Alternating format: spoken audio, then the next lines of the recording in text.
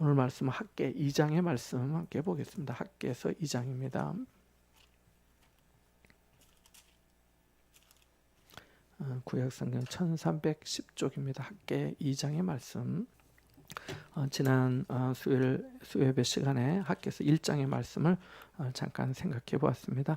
학개라고 하는 이 선지자의 이름 뜻은 나의 절기, 또 여호와의 축제, 명절 이런 뜻이라고 말씀을 드렸습니다. 그러니까 명절과 축제, 절기는 다 즐거운 거죠. 잔치하는 거죠. 그래서 기쁨과 영광이 있고 그 잔치에는 노래와 춤과 음식이 당연히 또 같이 하게 되는 거죠. 그래서 내가 하나님에게 나도 어떤 하나님의 축제에 어떤 기쁨이 되고 있는가 이것을 우리 한번 생각해 보자고 또 말씀을 드렸습니다.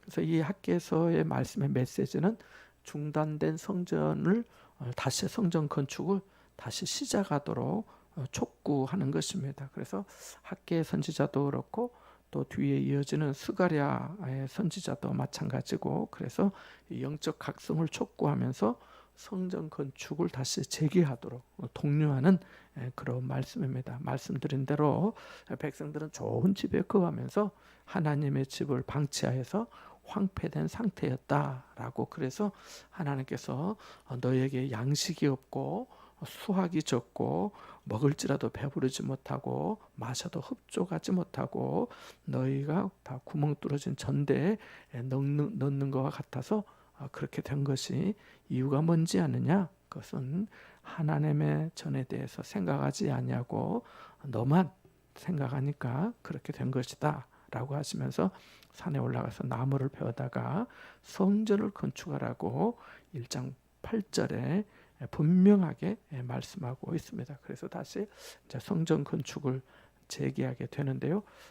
무려 이 성전 건축을 14년 동안, 어떤 책에는 16년 동안 멈췄던 일이 다시 시작되어서 무려 4년 만에 스룹바벨의 성전 또는 제2의 성전이라고 불리는 성전이 완공되게 되는 것을 보게 됩니다.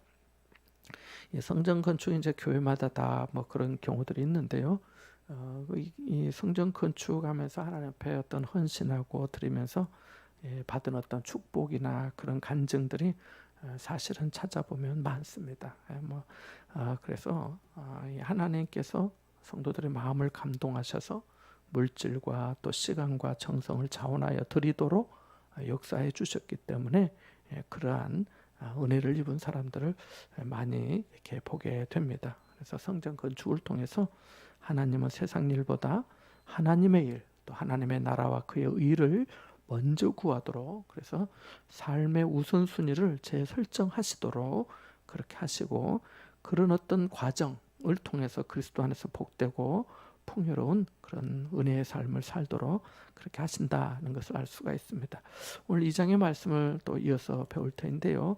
제가 요절은 제가 다 말씀을 드린 것 같고 2절, 3절, 4절 한번 읽어보겠습니다. 2절, 3절, 4절 같이 보겠습니다.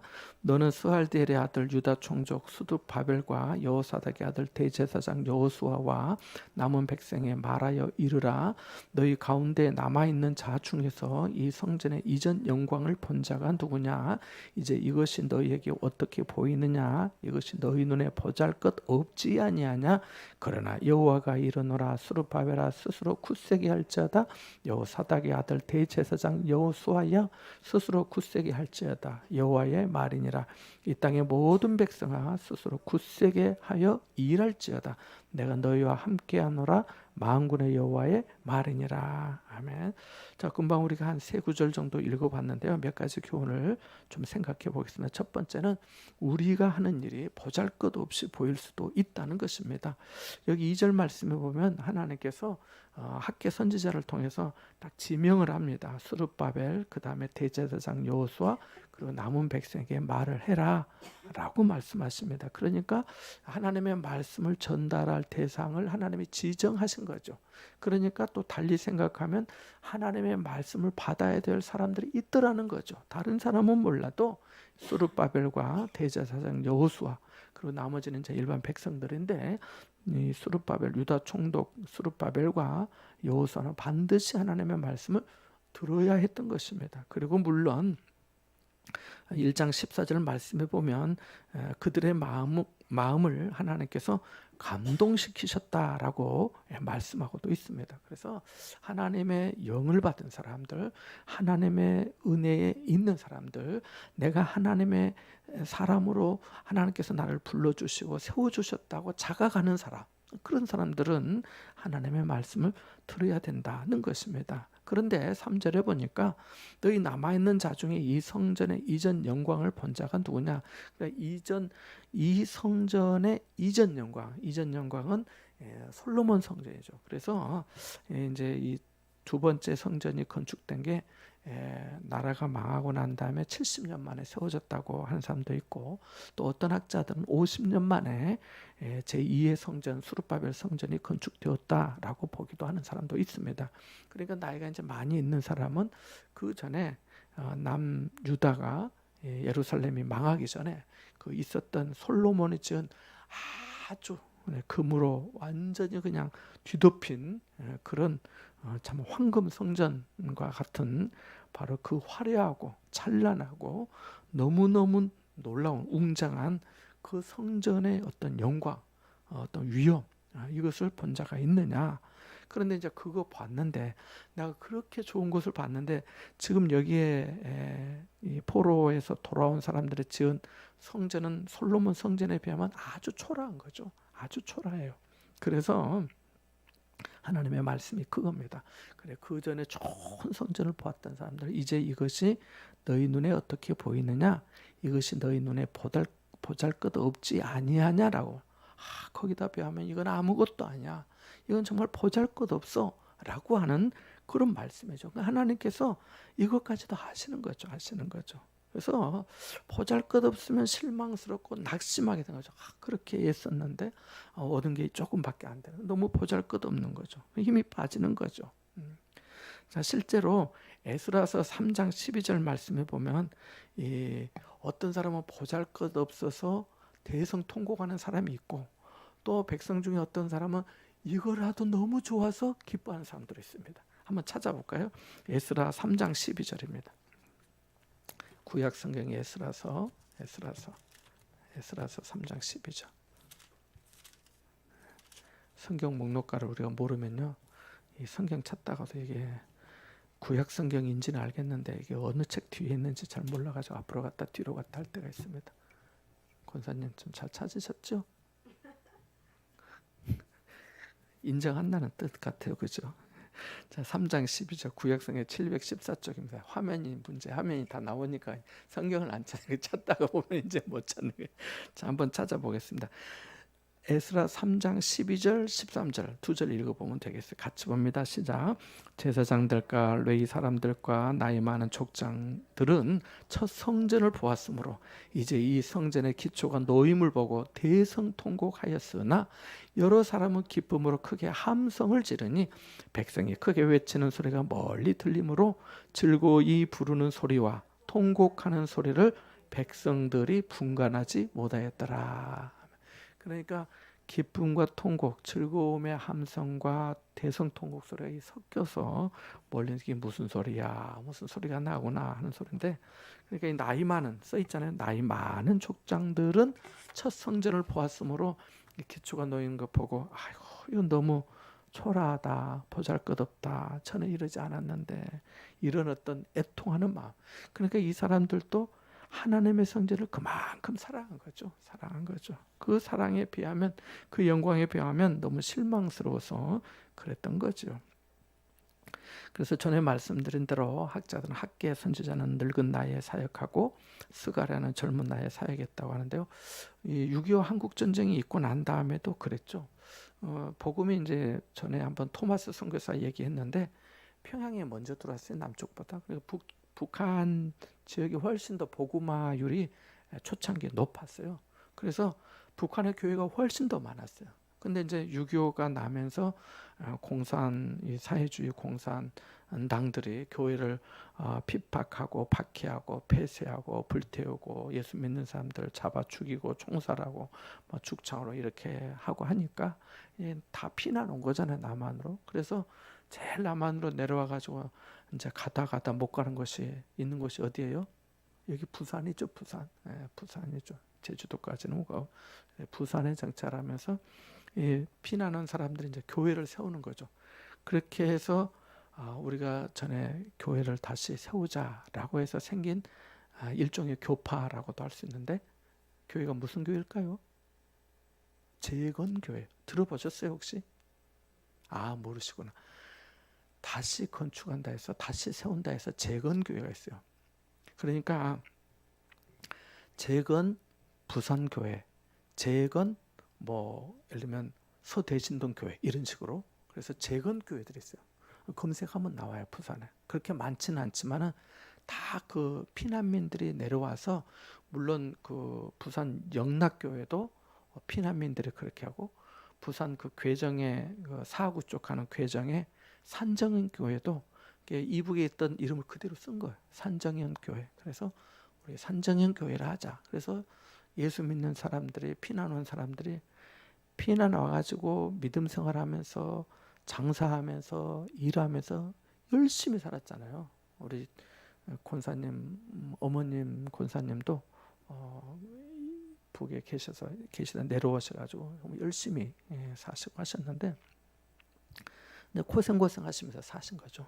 그래도 믿음을 지키고 교회 사랑하고 교회 섬기고, 또 교회 아까 말씀드린 건축한다면 우리가 없어도 헌금합시다 해가지고 벽돌 찍고 자재 사다가 직접 일하고, 우리가 했던 것처럼 그렇게 한 거죠. 우리는 이 공간을 했지만. 그러니까 그거 보고 너무 기쁜 거죠. 그래서 그 교회를 다시 세우고 싶은 거죠.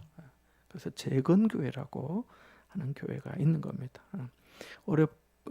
그 피난 생활이 어렵잖아요. 그러면 그래도 그 교회를 생각하면서 그렇게 한 거죠. 자, 여기에 또 이런 말씀이 있어요. 3절 중간 부분에 보면 이제 이것이 너희에게 어떻게 보이느냐라고 말씀합니다. 이것이 너희 눈에 보잘것없지 아니하냐. 그러니까 이거 보고 어떤 생각이 드느냐라고 하는 거죠. 우리에게 하시는 질문 아니겠습니까? 그래, 너희가 이런 상황을 보면서, 이런 영혼을 보면서, 이런 교회를 보면서 어떻게 보이느냐? 너희 눈에 보잘것없지 아니하냐. 그 뒷부분이지만은 우리 각자에게 적용해 볼 수도 있죠.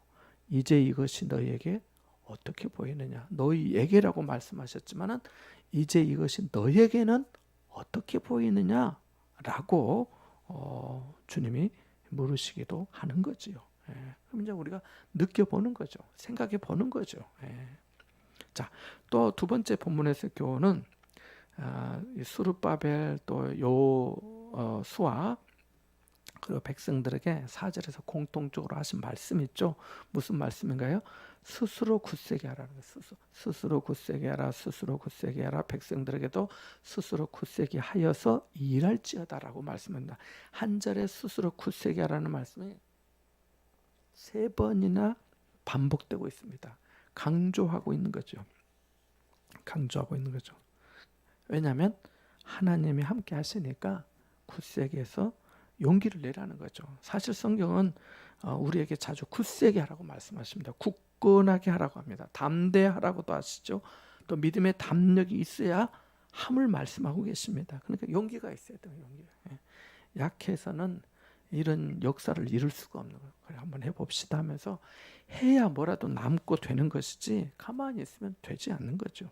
그래서 여호수아가 용기가 없었다면, 모세 후계자 여호수아, 여기 나오는 여호수아 말고요, 여호수아가 하나님께서 당부하신 것도 그거잖아. 마음을 강하게 하고 극히 담대히 하라고. 근데 그 마음이 없으면 그 고집스럽고 말 안 듣고 엉뚱하게 얘기하는 그 이스라엘 백성들을 이끌고 가나안 정복 전쟁을 헤쳐나갈 수가 없는 거죠. 그러니까 보통 마음이 아니면 안 되는 거죠. 근데 앞에 선 사람은 항상 어떤 비난을 받기가 좀 쉬워요. 왜냐하면 사람들이 다 보기 다르니까. 지도자들이 그렇잖아요. 모세와 사도 바울의 용기가 없었다면 모세에게 맡겨주신 하나님의 사역, 사도 바울에게 맡겨주신 하나님의 사역을 감당할 수 있었겠습니까? 비난을 감당할 용기, 오해를 감당할 용기, 구원의 복음을 확신 있게 전할 용기, 이게 있어야 되는 거죠. 나는 전도자 한 장 주는 것도 어려워요 하면은 이거 곤란한 거죠. 예수 믿으세요. 예수 믿으세요. 자, 오늘 처음 만난 사람 또 한 사람 있는데, 이제 병원에서 이제 갔다가 만났는데, 내가 그분에게도 아유 목사님하고 가까이 지내면 좋겠다고 그러더라고요. 이제 얘기를 한참 나누고 난 다음에, 근데 내가 그랬어요. 저하고 가까이 지내는 게 중요한 게 아니고 하나님과 가까이 지내야 중요하다고. 하나님과 가까이. 그래서 신앙에서 예수 믿으시라고 내가 그랬는데 그런 거죠. 하나님과 가까이 하는 거죠. 하나님과 가까이. 그래서 스스로 굳세게 하는 거야. 나도 마음을 굳건하게 다 잡아야 되겠다. 이런 마음들이 필요하다는 것입니다. 세 번째, 5절 말씀 한번 읽어보겠습니다. 세 번째 같이 봅니다. 시작. 너희가 애굽에서 나올 때 내가 너희와 언약한 말과 나의 영이 계속하여 너희 가운데 머물러 있나니 너희는 두려워하지 말지어다. 아멘. 그러니까 4절에서는 스스로 굳세게 하라고 말씀하고 5절에서는 두려워하지 말라고 말씀하십니다. 그러면서 다시 확인을 해주시는 게 내가 너희와 언약한 말, 약속이죠. 약속. 그리고 뭐가 함께 있다고 합니까? 나의 영이 계속하여 너희 가운데 머물러 있다고 분명히 말씀해 주십니다. 그러니까 내가 혼자가 아니라는 거죠. 내게 하나님의 약속의 말씀이 있고 내 안에 성령께서 내주하시는 하나님의 영이 내 안에 있는 거죠. 내 안에 있음을 우리가 알고 두려워하지 말라라고. 그러니까 내가 혼자가 아니다는 거죠. 내가 혼자가 아니다는 거죠. 그래서 두려워하지 말라고 말씀합니다. 두려워하지 말라는 말씀이 성경에 몇 번 나온다고요? 365번. 365번. 제가 안 세워봤는데 어떤 분이 다 세워봤는데 365번이 나온대요. 그래서 매일매일 하나님께서 우리에게 365일 동안 드려야 될 말씀이죠. 두려워하지 말라. 하나님의 언약이 내게 있고 또 하나님의 영이 계속하여 나와 함께 하시구나 하는 것을 우리가 믿어야겠습니다. 자, 또 한 가지 교훈은 재밌는 표현인데요. 8절 말씀 한번 읽어보겠습니다. 8절 같이 봅니다. 시작. 은도 내 것이요 금도 내 것이니라 만군의 여호와의 말이니라. 아멘. 은도 누구 것이요? 하나님 것. 금도 하나님 것. 하나님 것. 이제 성전 건축하면서 아마 이제 성전 건축하면 필요한 자재가 많지 않겠습니까? 필요한 자재가 많겠죠.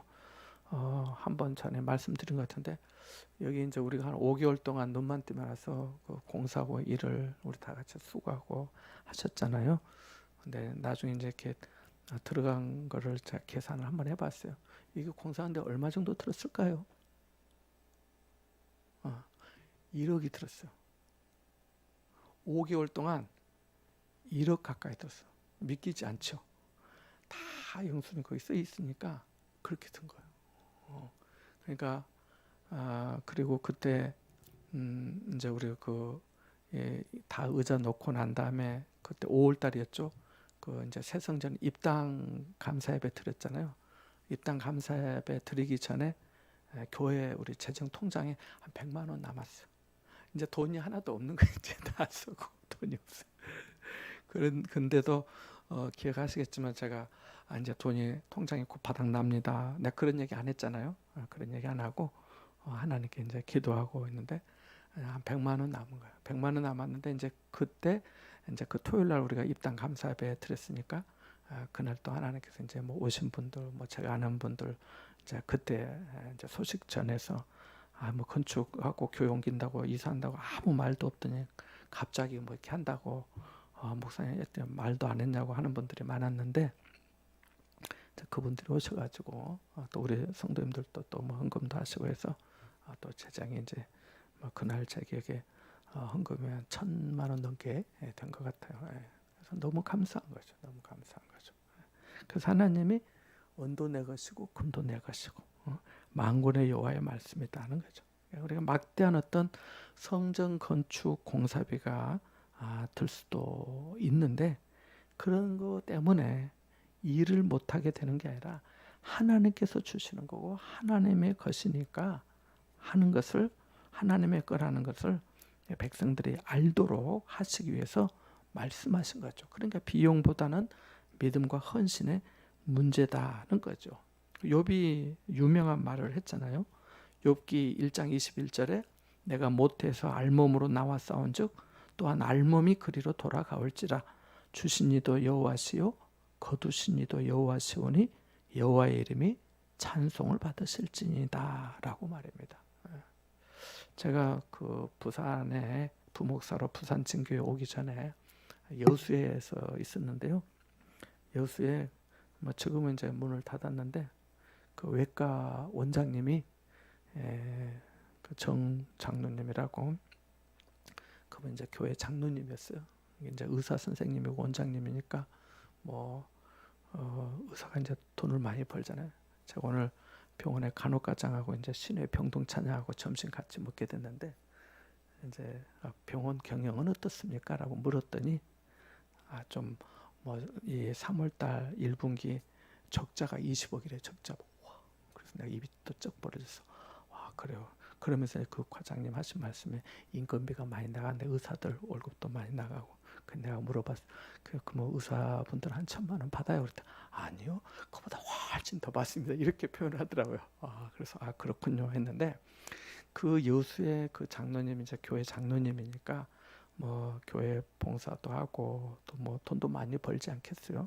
많이 벌고 봉사도 많이 하시긴 했는데 이제 연세가 많이 드시니까 이제 진료를 못 하잖아요. 이제 병원을 그만두고 이제 부인도 권사님이신데 나중에 그 담임 목사님한테 들은 얘기예요. 근데 이제 정 장로님이 사위가 검사도 있고 또 아들도 있고 딸도 있고 뭐 이렇게 이제 자녀들이 있는데 이제 뭐 그 유산을 이제 먼저 나눠준 거죠. 증여잖아요. 돌아가시고 난 다음에 하는 것은 상속이고 생전에 이제 정리를 하신다고 나눠줬는데 좀 적게 줬겠어요. 많이 있으니까 많이 줬겠죠. 그런데 어느 날 그 장로님 부부가 목사님한테 찾아와가지고 이제 그런 얘기를 하면서 목사님 이만저만해서 누구 이렇게 아들하고 딸하고 닭을 나눠주었습니다.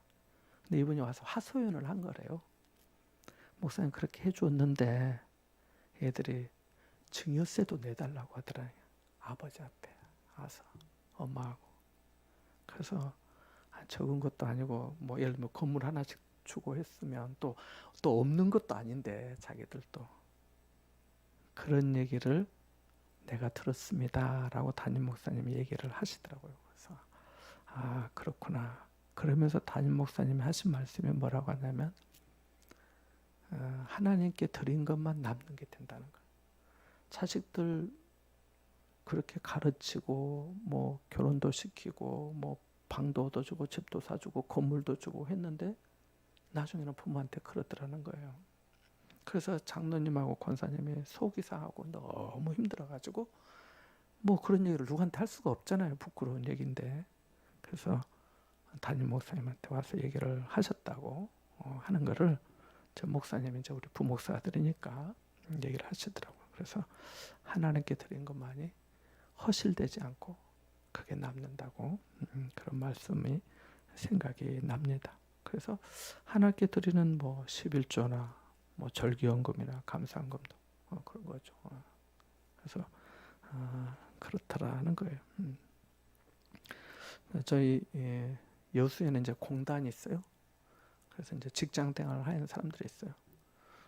근데 이제 뭐 교회가 그래도 규모가 좀 있으니까 뭐 사업하는 사람도 있고 자영업하는 사람도 있고 직장 다니는 사람도 있고 그러지 않겠어요. 근데 이제 고정으로 이렇게 조금씩 하는 분들도 있어요. 근데 우리 제가 청년들 담당하고 했는데 청년들이 회사 가가지고 너희들 11조 생활 11조도 처음부터 잘해야지 쭉 하기가 쉬워요.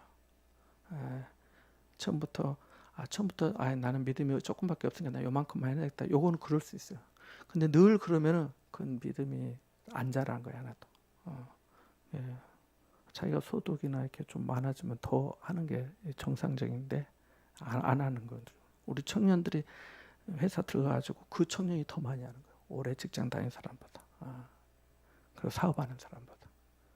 그래서 물질상도 그렇게 돼요. 우리 성렬이는 자기 수입이 되면 바로 교회 통장에 진짜 10,000원도 보내고 50,000원도 보내고 그렇게요. 우리 아이 신하고 성렬이 신하고 하은이도 그러는데 하나님이 그래 잘한다고 하죠. 그렇게. 그래서 은도 내 것이고 금도 내 것이다. 다 하나님 것이다 하는 거예요. 자, 5번째 2장 9절 말씀 한번 읽어보겠습니다. 같이 봅니다. 시작. 이 성전의 나중 영광이 이전 영광보다 크리라. 만군의 여호와의 말이니라. 내가 이곳에서 평강을 주리라. 만군의 여호와의 말이니라. 그래서 이 성전의 나중 영광, 여기 주목할 것은 나중 영광이에요. 지금 영광이 아니에요. 이전 영광은 솔로몬 성전의 영광을 말합니다. 앞에 솔로몬 성전이 하나님 앞에 봉헌할 때 하나님의 영광이 그 성전에 가득했다 라는 말씀이 있는데요. 여기는 나중 영광이에요. 그러니까 첫 번째 솔로몬 성전의 영광보다 더 크다고 선언을 하십니다.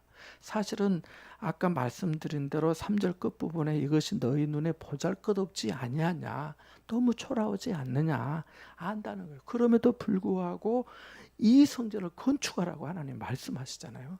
그러면서도 하신 말씀이 지금 영광이 아니라 나중 영광은 이전 영광보다 더 클 것이다 라고 말씀하십니다. 그래서 이 나중 영광은 문자적으로 맨 마지막의 영광을 말합니다. 우리 성경에는 그냥 나중 영광 이렇게 번역이 되어 있지만은 본래 원문상은 맨 마지막의 영광이라고 하는 그런 뜻입니다.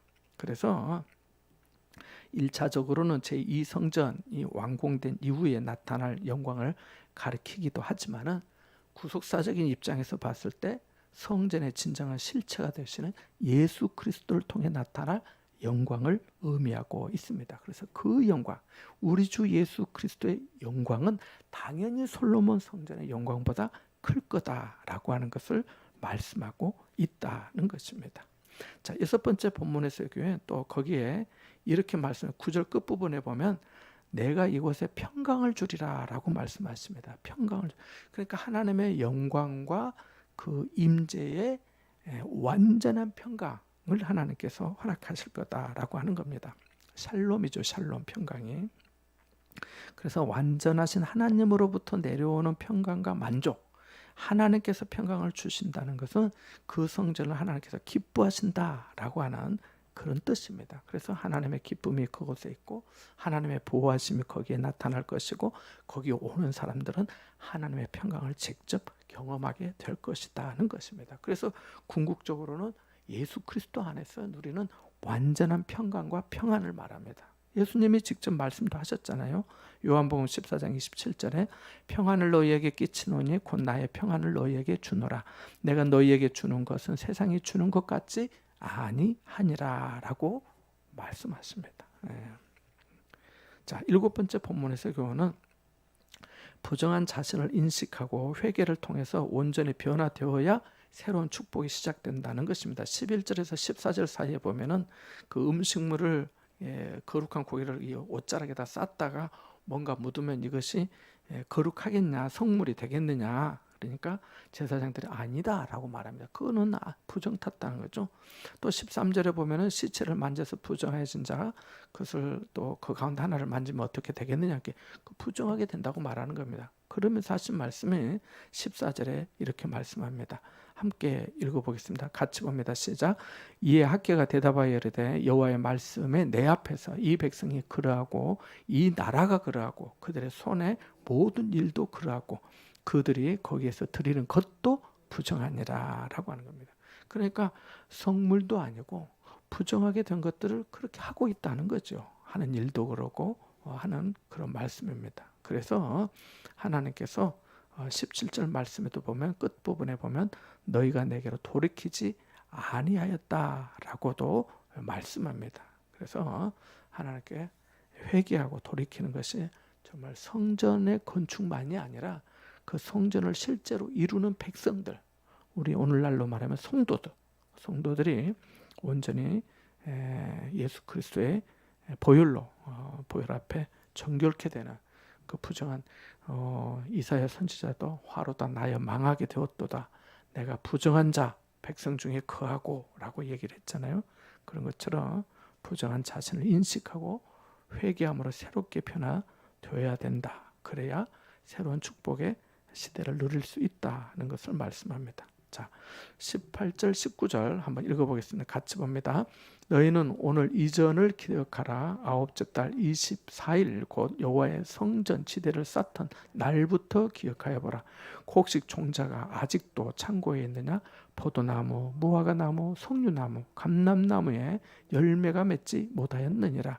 그러나 오늘부터는 내가 너희에게 복을 주리라. 아멘. 그래서 이전에 없던 때를 한번 생각해 보라는 거죠. 그래서 15절 끝부분에도 보면은 여호와의 전에 돌이 돌 위에 놓이지 아니하였던 때를 기억하라. 돌이 돌 위에 놓이지 않는다는 것은 다 회파돼서 폐허가 됐다는 거예요. 부르크 벽돌이 다 무너져 버리니까.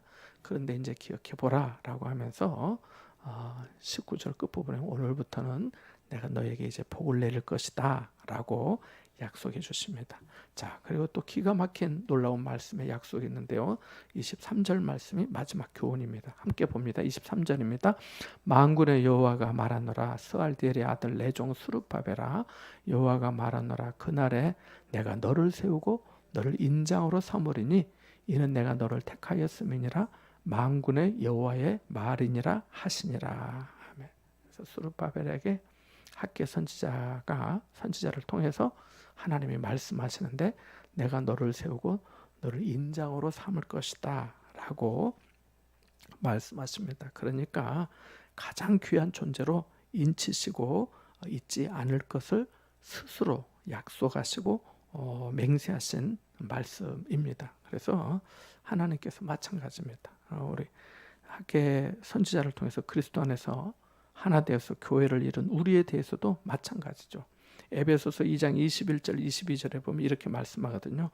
그의 안에서 건물마다 서로 연결하여 주 안에서 성전이 되어가고 너희도 성령 안에서 하나님의 거하신 처소가 되기 위하여 그리스도 예수 안에서 함께 지어져 가느니라 라고 말씀합니다. 그래서 하나님께서 우리에게도 하나님이 나를 세워주시고 나를 인장으로 삼고, 그러니까 나를 통해서 결제를 하시겠다는 거예요. 나를 통해서 일을 하시겠다는 거죠. 인장이 확인 도장이나 마찬가지잖아요.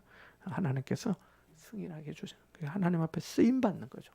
그래서 수룹바벨 성전이라고도 제2의 성전을 말하고 있는 것입니다. 오늘 이렇게 학개의 말씀을 잠깐 같이 생각하며 배웠습니다. 우리 같이 한번 기도하고 마치려고 합니다. 보잘것없이 보여도 하나님 앞에 마음을 늘 굳세게 할 수 있도록 하나님 은혜를 베풀어 주십시오. 강하고 담대할 수 있도록 도와주세요.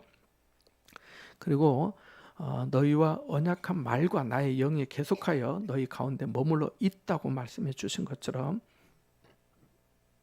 약속의 말씀과 성령의 내주하심을 믿고 두려워하지 말게 해주십시오. 그리고 내 자신 안에서 나중에 은혜와 영광이 항상 더 커지도록 은혜를 베풀어 달라고, 지금보다는 나중에 더, 이전보다는 나중에 더 점점 자라가는 그런 믿음, 하나님 앞에 쓰임받는 그런 믿음, 내가 너를 세우고 너를 인장으로 삼았다고 말씀해 주시는데 은도 내 것이고 금도 내 것이고 하나님께서 허락해 주실 때 또 하나님께서 우리에게 은혜를 주실 때 되는 줄 알고 하나님 앞에 그런 삶을 구별해 살 수 있도록 은혜 베풀어 달라고, 또 선교사님들과 어르신분들을 위해서 또 기도해 주시고, 최근에 등록한 이몽희 집사님, 그리고 또 지난 주일에 오셨던 최정철 집사님, 하나님께서 은혜를 더해 주시도록 같이 한번 함께 중보하고 기도하겠습니다. 기도합니다.